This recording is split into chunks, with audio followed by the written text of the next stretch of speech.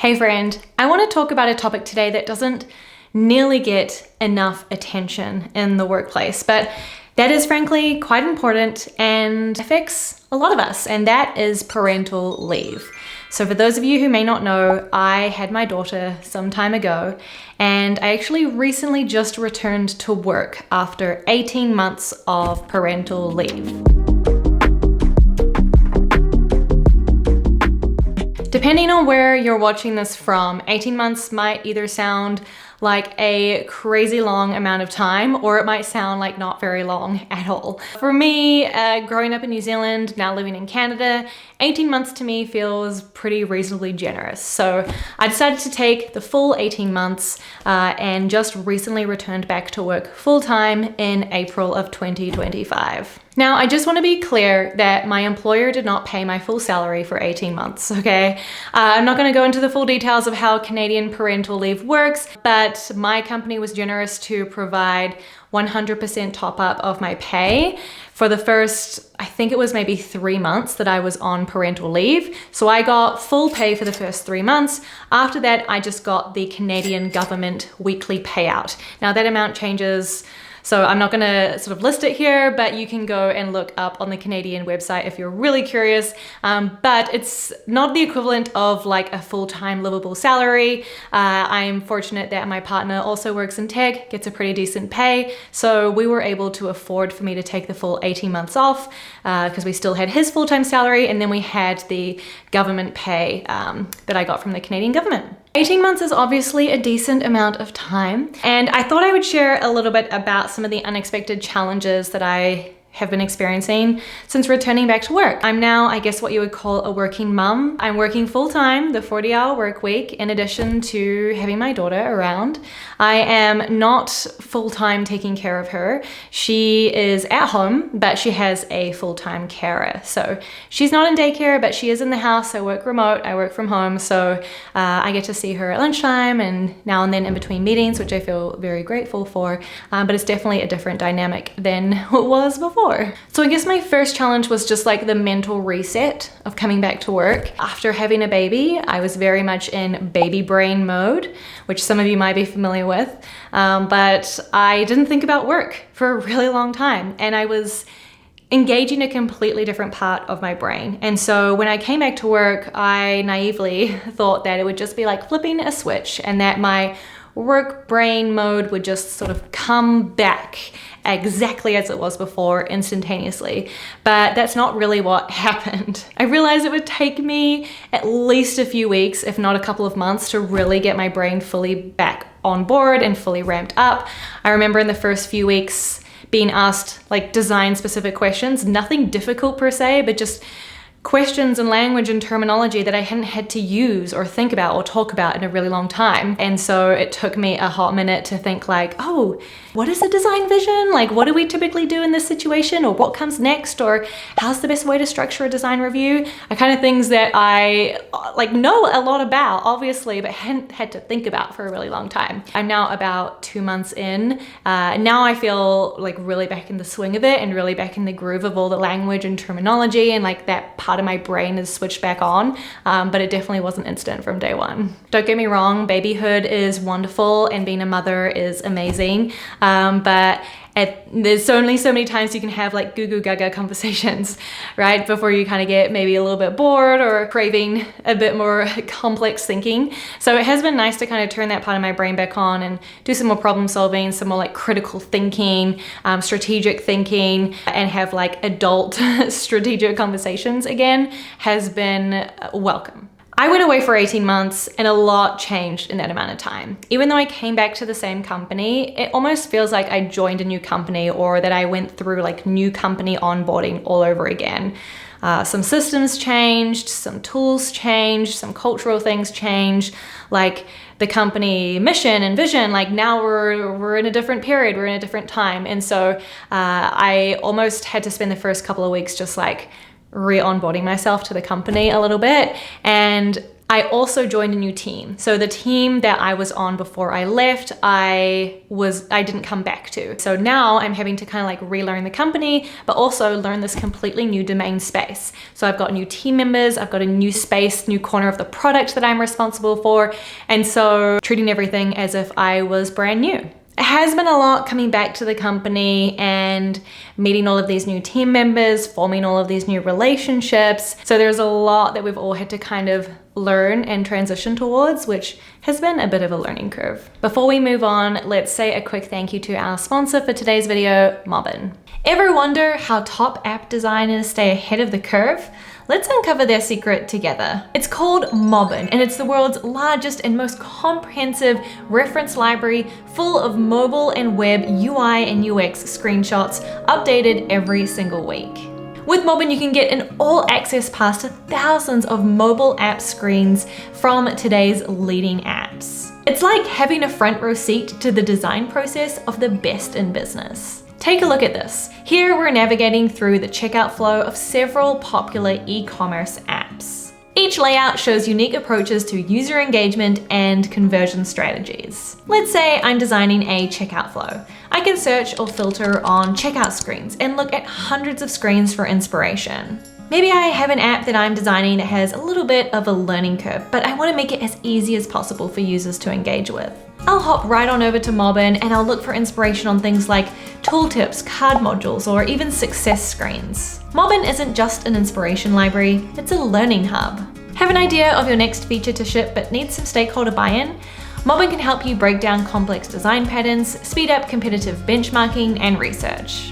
Whether you're refining a current project or working on your next big thing, Mobbin is the key resource for keeping you inspired and informed. Check it out and see how easy it is to elevate your design work.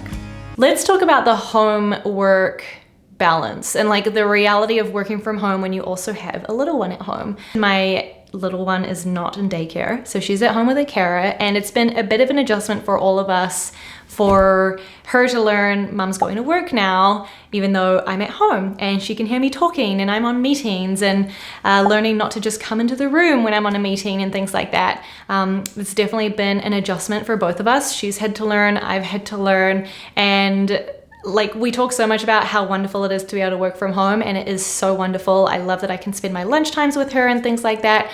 But there's also challenges of that now that I didn't have before. Challenges like her just coming into the room, challenges like me hearing her when she's crying elsewhere in the house.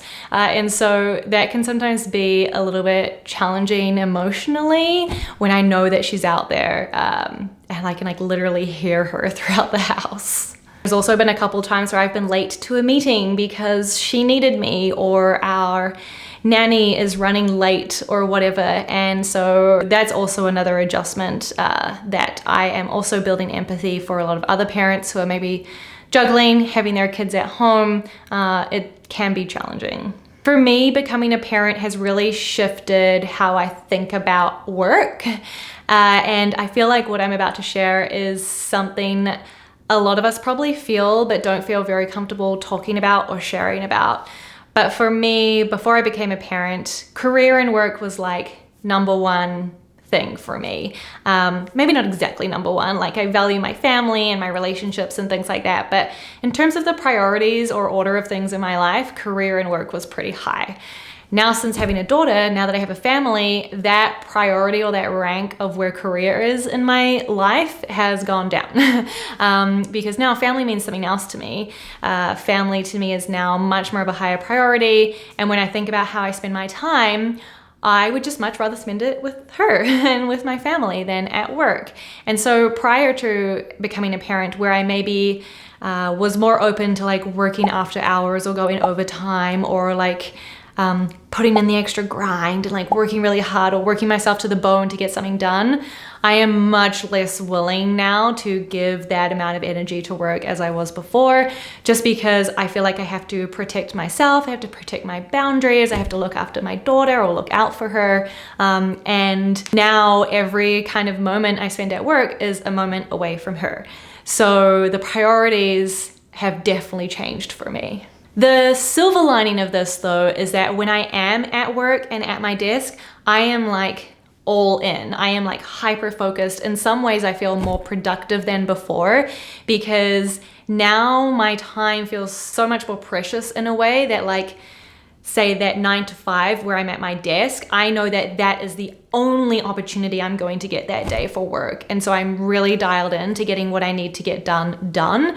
Whereas before it was maybe like, oh, well, you know, I can work a little bit after 5 if I didn't get what I needed to get done, or I'll come revisit this later in the evening, or, you know, was maybe a little bit more flexible. Now I'm like, no, this is the time I have to get this done and to focus and prioritize work. So in some ways, I feel like I am more productive at work, and just more attentive and willing to kind of get things done and be more efficient with my time. The other perspective shift I've noticed is having more empathy for my fellow parents in the workplace, especially working moms. Before, I didn't really pay much attention to my colleagues who had kids, especially young kids. And now it's definitely given me a bit more empathy to my fellow colleagues who have young kids at home, especially the ones working from home. Just gives you this different, like, it's like you're kind of part of this secret club that nobody really talks about, but you're like, I see you. And it's just given me more empathy for my colleagues that are parents, and encouraged me to consider different things that I didn't really consider before when working with them. So let's move on to some practical insights. Now, I'm doing this for the first time. I'm by no means an expert in this. I'm figuring things out as I go. I feel like that's pretty common for both in parenthood and in returning to work. But I guess one thing I wanted to say is that the adjustment period is very normal. And it's been really interesting, actually, kind of going back to the last point I shared. I guess the conversations that I've had with my colleagues coming back from a leave like this, you know, some show more interest in my leave and, you know, me having a baby, my kid, than others do. And the people who show more interest are definitely other parents. I feel like I work pretty closely with some people who are not parents and they never ask me. And at first it kind of felt weird because it's a really big thing that happened to me. And yes, it's personal, it's not very work related, but it was weird that it wasn't acknowledged. I don't know, it's just different. As I said, you're kind of in this secret club. And so I think the default maybe for people who don't have kids or aren't parents is like to not really talk about it, because why would you? And it's totally fair because it's not related to work. But as a new mom coming back after such a long amount of time, such a long amount of leave, it was like my life for the last 18 months. So it was kind of weird a little bit for me that some colleagues like didn't really address it. But I'm over it now. It's not a big deal, but it's just another one of those things that kind of makes you maybe feel a little bit isolated when you're returning to work. And again, gives you that new level of empathy for those who maybe are coming back from a parental leave. Be patient with yourself, okay? I had just assumed that I would come back and be like performing at exactly the same like competency level as when I went out. And I'm not. It's taking me a bit to catch up, to get like retuned in, to plug my brain back in. And I've had to be okay with that. You know, I've had to like give myself some grace, give myself some patience, and know that that is coming, and just kind of be okay with that transition period. Okay, boundaries is another big one. Something I hear a lot from other parents, especially working moms, is the feeling that you're never doing enough. You're never doing enough at home, you're never doing enough at work. You're like always feeling behind somewhere. Either you're behind at work or you're behind at home. You can just never be on top of everything all the time. You're always on the back foot somewhere. And yeah, I kind of feel that too sometimes. Not all the time, but sometimes, and just kind of like getting okay with that feeling and like shaking off that perfectionism. Again, being patient with yourself. And for me, like establishing some boundaries has helped me to be okay with some of those things, and know that, you know, it's okay to show up. I'm going to try my best to show up 100% every time. But sometimes that's just not possible. I can't be there 100%, and that's okay. I'm trying to like be comfortable with that and just do my best. And so I think that's also something important that I want people to take away from this is like, we're all trying our best, and you're not alone if you're feeling like I can't keep up or I'm behind or I'm failing. I think it's very normal, and I'm just coming to terms with just accepting that a little bit as my new reality. Okay, the next point I want to make is for my managers and my colleagues out there who have colleagues or reports coming back to work after an extended amount of leave. They're going to need some support, okay? I really appreciated that my manager put together like a return to work onboarding plan, really outlined like what I should do in the first few weeks back at work. Just like you would with a new person starting your team, you might create a doc and have all these resources for them. Do the same for your folks returning back to work after leave. It's really highly appreciated to get like a summary, a rundown, an overview of what's happened while you're out. And I really appreciated the patience that the new folks on my team have given me as well, as I get ramped up and up to speed in this new team. So I think that wraps up most of my thoughts. I debated for a while making a video like this. It's obviously not very design related, and this experience is very fleeting within the span of my career or my life, but it is very important, and it takes up a lot of that period. Even though it's a short period, it takes up everything in that time. And I've had a lot of you reach out to me one-on-one, asking me how it's been going, how my parental leave went, which it went amazing, by the way, and also how my return to work has gone. And so I thought, because so many people were asking me in the DMs, I thought, you know, maybe there is value in putting out a broader message about this, bringing some more awareness to this. A lot of my friends are going through the same thing. They're either